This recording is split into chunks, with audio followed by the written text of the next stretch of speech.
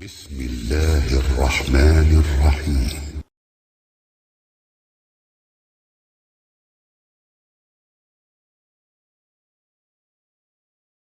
Allah Azza wa Jal, for example, commands in Quran in many places. One of them, for instance, اُعْبُدُوا رَبَّكُمْ اُعْبُدُوا رَبَّكُمْ. Enslave yourself to your master. If you want to know, we study a lot of Quran, you know. You could study tafsir for years and years and years and years. And my teacher asked me actually, one time I was studying with him, and I'd been not years, I was studying Quran with him for like 6 months, and he asked me, give me the summary of the Quran, one sentence. Actually, and I said, one sentence? He goes, okay, fine, 2. So he wants a summary of the whole Quran in 2 sentences. And I'm thinking, I'm going, in my head, I'm doing a review of the stuff he talks about all the time. How am I going to summarize the entire Quran in 2 sentences? And I remembered what he said and I used it, and he said, you're right. Alhamdulillah. Here's what it was. Number 1, accept Allah as master and accept yourself as slave.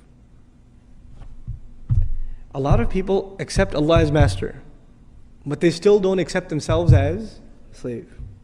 Just accept it. Internalize that He is master, you are slave. Accept that. Number 1.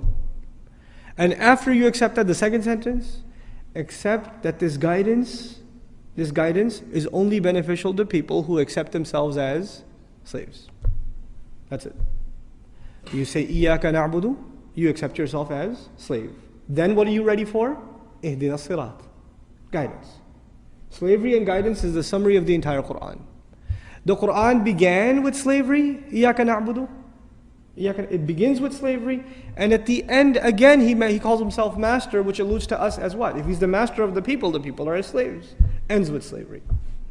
So this is the heart of the matter. A lot of people have no hard time accepting Allah as the creator. That's okay.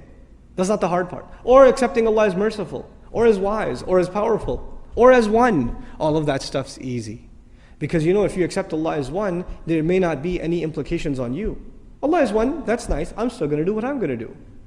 Allah is really merciful, great.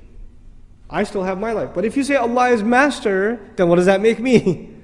That makes me slave. And to put it in very simple terms, the difference between a free person and a slave person is very simple. It's not a complicated subject. The difference between a free person and a slave person is, a free person does whatever he or she wants. What does a slave do?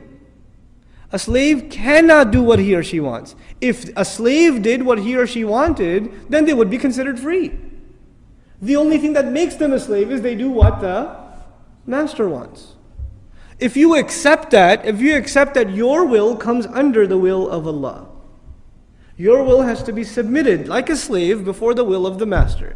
Then you've understood what this deen, what this book is, what this message is. That's the summary of this message. It sounds very simple. It takes 5 minutes to explain, but internalizing that is a lifelong struggle.